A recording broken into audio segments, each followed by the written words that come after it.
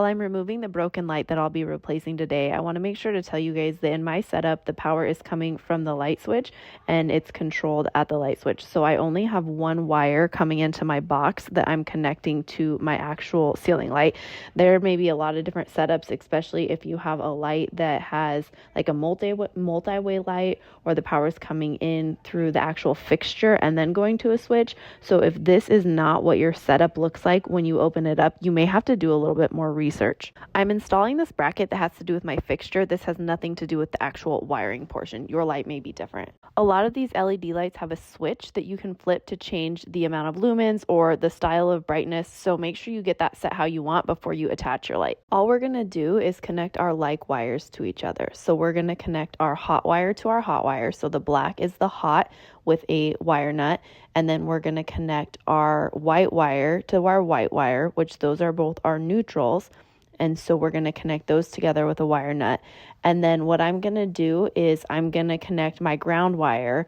That is the one that does not have any sheathing over it. So that's just the raw naked copper wire. I'm going to attach that to the other raw naked copper wire coming out of my box in the ceiling. And you have a couple options here. You could create a pigtail, which means you would take a scrap piece of ground wire and you would attach like 3 of those together. So the one coming out of the ceiling to the one in the light, and then a pigtail, and tie that to that green screw that is the grounding screw in your box or on your fixture mount. Or what I did here is I just looped it around that green screw, tightened it, and then put my 2 copper, my neutrals together. So that's what I did in this situation because I didn't have any scrap wire.